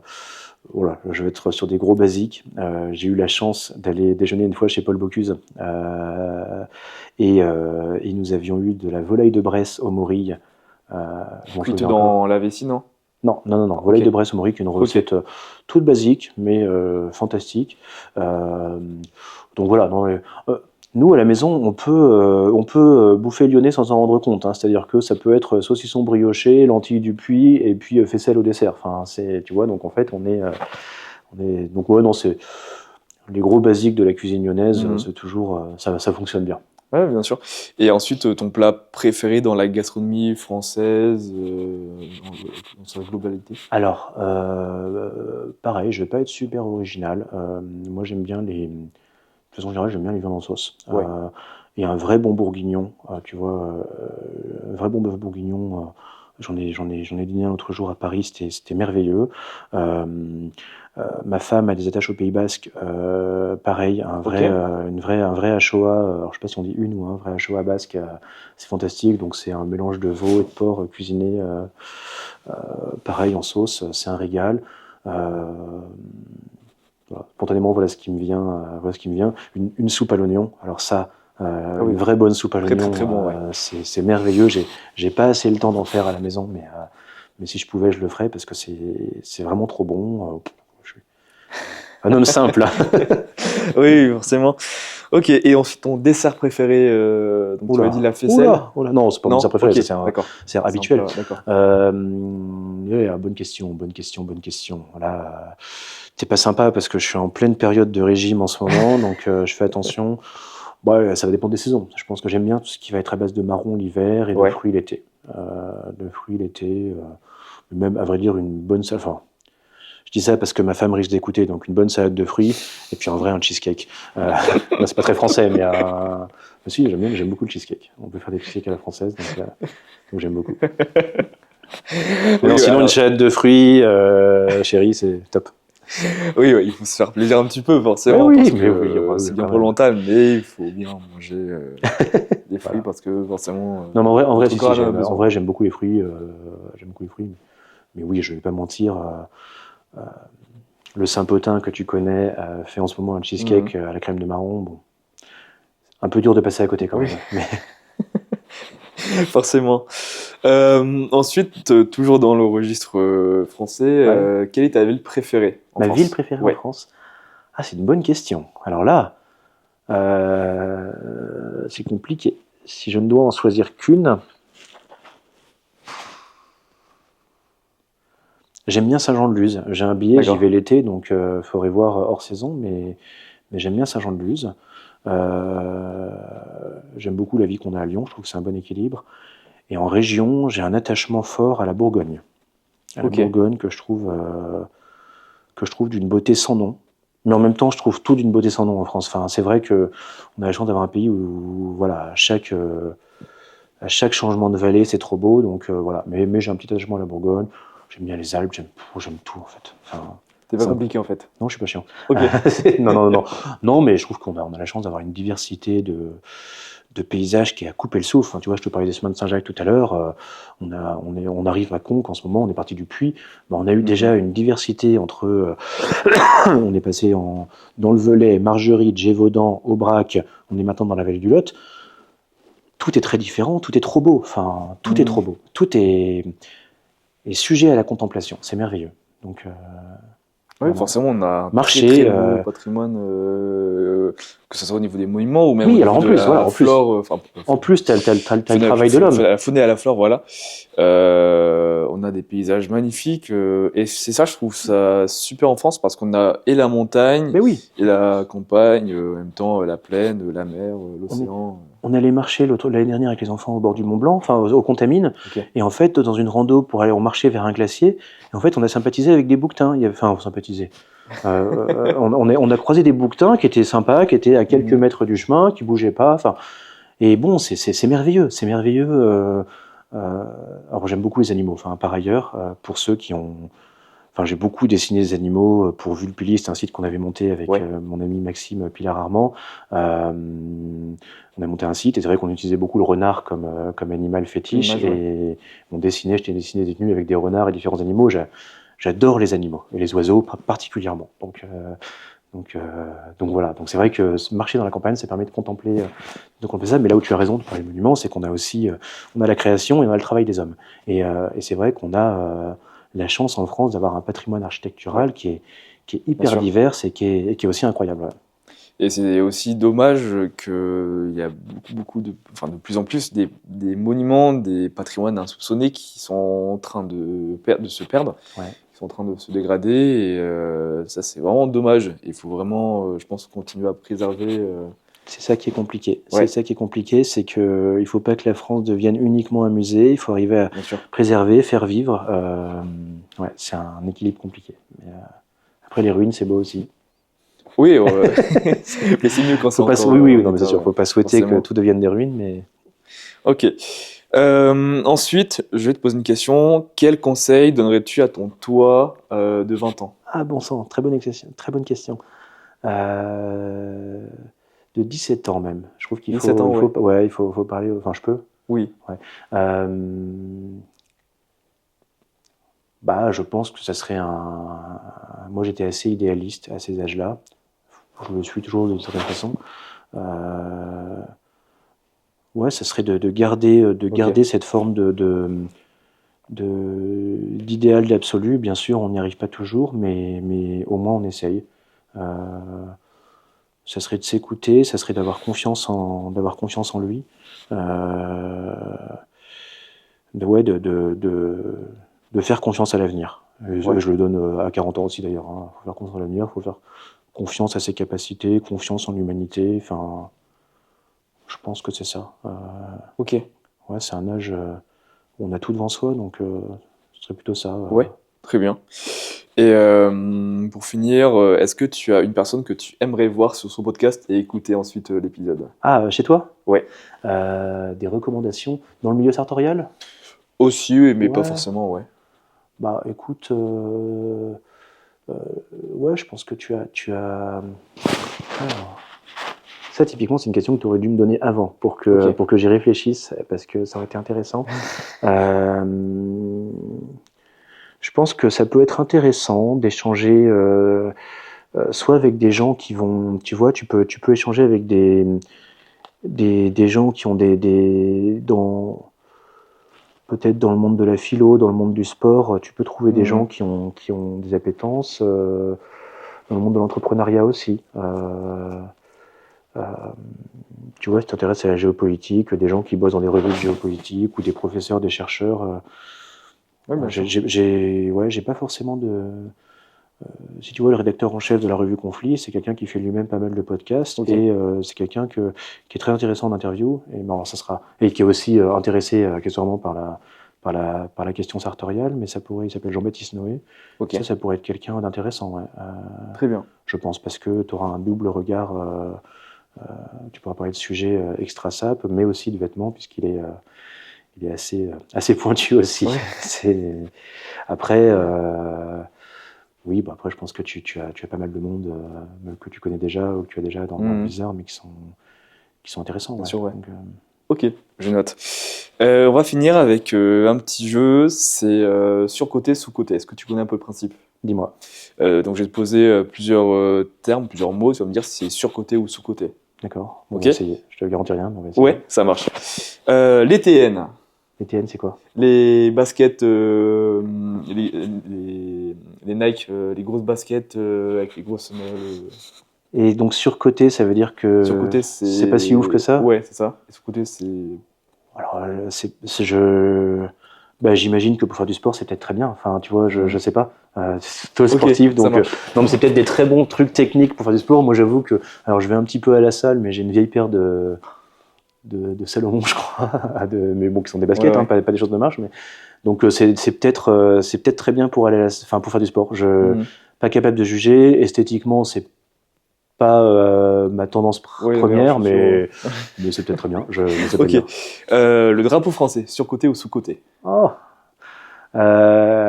Écoute, je vais dire sous-coté parce que je pense que c'est pensé comme un symbole de réconciliation nationale. Hmm. Post-révolution ou pendant la Révolution, réconciliation nationale entre la Commune de Paris et la monarchie. Donc, dans cet esprit-là, parce que je suis pour la réconciliation nationale sur ces questions, quoi que moi j'en pense, je vais dire sous-coté, c'est-à-dire qu'il devrait être plus exploité. Ok. Porte des costumes, est-ce que c'est sous-coté ou surcoté? Très bonne question. Euh, Mon point de vue a évolué. Je vais dire que c'est sous-coté, mais je me rends compte dans mon métier que, tu vois, on parlait tout à l'heure de power suit Ouais. et de la distance que ça pouvait créer, et qu'en fait, il y a des contextes professionnels où, en fait, si je débarque en costume, et ben en fait, ça ne fonctionne pas. Ça ne fonctionne Ok. pas parce que je crée une barrière avec mon interlocuteur. Je peux Très bien. montrer que j'ai pas compris les codes de cette boîte-là, et donc du coup, s'il est porté pour créer une barrière physique avec le monde que je crée déjà par mon nom, ma gueule, ma carrure, etc., je sais que ça crée déjà ça peut créer une Mhm. licence. Donc si le costume vient rajouter à ça, bof. Mais dans l'absolu, moi je suis plutôt pour parce que je trouve ça souvent assez chic. Mais Ouais. Ok. Ensuite, le saucisson, surcoté ou sous-coté? ce côté, il faut en manger plus, c'est clair. Le French tacos ensuite, sous-coté ou surcoté? Je sais pas ce que c'est. Ah ouais, c'est tu sais, c'est les snacks que tu retrouves dans les boutiques de kebab, de galettes avec de la viande, etc. Bah, Et en fait, je sais ils pas appellent si ça le c'est... French tacos parce qu'ils disent que c'est une spécialité française, mais bon, du coup, moi, je suis Ouais, un peu d'accord. dubitatif sur ce truc parce Oh, que. bah, je sais pas, c'est bon. Alors, Si c'est bon, si c'est bon, allons-y, hein, je sais pas. en goût, certes, c'est bon, parce qu'il y a plein Ouais, de saveurs, mais c'est une spécialité soi-disant française, mais qui n'est pas du tout française, qui de base vient de Turquie, je crois. d'accord. Bah alors, Mais, tu vois, moi, les kebabs, j'aime bien. Enfin, ouais, une ou deux fois par an, en Grèce, on a bouffé des gyros, donc c'est un peu le même principe. Mais ça m'arrive. Tu as à Guillotière, tu as un mec qui fait des vrais kebabs. Avec, d'accord. il te met de la bonne viande, je crois que c'est de l'agneau et du poulet, de l'aubergine, de la feta, etc. Ouais. Alors, il faut pas en manger tous les jours, surtout, je dis ça aux coachs sportifs, c'est pas bon pour la santé, mais en vrai, c'est un régal. C'est un vrai régal avec des patates coupées à la main et tout ça, Ah oui, c'est un vrai forcément. régal. Donc ce French tacos, écoute, je goûterai, je te dirai si c'est. Mais bon, donc c'est quoi? C'est une galette avec de la viande Oui, dedans? voilà, c'est ça, c'est une galette. Enfin, à l'intérieur, c'est de la viande, des frites, salade tomate oignon en général. Bon, bah, écoute, Et oui, pas tous les jours, quoi, pas tous les jours, oui, mais bon, ça peut pas être mauvais, j'imagine. ok. Ça doit même être très, très, Ah très oui, c'est gras, très, très. très fat, ouais. Ouais, ouais, écoute, je goûterai. Ok. La messe, sur-côté ou sous-côté? Ah, écoute, la messe, bah, je dirais que c'est sous-coté parce que on ne perçoit pas le centième du mystère qui se passe sous nos yeux, et Mhm. pour ça c'est sous-coté. Mais il faut y Ok. aller. Ouais, forcément. Le dessin, sur-côté ou sous-côté? Ouais, complètement sur-coté, il faut arrêter. Ensuite, offrir des fleurs, sur-côté ou sous-côté? Ah, bah c'est sous-coté parce qu'on ne le fait plus. Ça, Mhm. ça l'a peut-être été fut un temps, mais aujourd'hui, moi-même, tu vois, je m'adresse à mon épouse, je ne le fais plus assez, donc je vais me Mea démerder culpa. pour, tu me diras quand c'est diffusé pour en offrir avant que ça ne le soit. Se parfumer, sous-côté ou sous-côté? Sous-côté ou sur-côté? Bonne question, bonne question. Je pense que ça dépend du parfum. Ouais. Ouais, ça dépend du parfum. S'il est suffisamment fin et suggéré, c'est sous-côté. S'il s'impose, c'est sur-côté. Mais comme tout, en fait. Si ça Ouais. s'impose aux autres, c'est sur-côté. Si c'est délicat et léger, sur-côté. Enfin, sous-côté. Ok. Et ensuite, pour finir, faire à manger, sur-côté ou sous-côté? Sous-côté, il faut boycotter les applications sataniques que sont Uber Eats et Deliveroo, et il faut Mhm. faire à manger soi-même. Bien sûr, j'assume ce propos. J'assume Et ce bah voilà, propos. vous avez la réponse. Faites à manger, c'est une preuve d'amour et d'amitié. Faites à manger pour vos proches, pour vos amis. Partez de produits non transformés, de produits bruts, de matières premières, de fruits, de légumes, de viande, et faites des super plats, c'est génial. Ok, Prenez le temps, c'est pas perdu. très bien. Et enfin, dernière chose, c'est là qu'on va finir sur ça. Un mot-clé qui t'inspire au quotidien. Par exemple, sur mes précédents invités, c'était persévérance. Ouais. Toi, c'est quoi ton mot-clé qui t'inspire au quotidien? Ah bah, c'est marrant que tu dises ça parce que ça aurait pu être le mot que j'allais sortir, puisque j'ai fait D'accord, des tests de ok, personnalité qui s'appellent le processcom, et je suis persévérant justement dans ce test de personnalité. ok, Du coup, je vais en dire un autre, et je vais dire dialogue intérieur.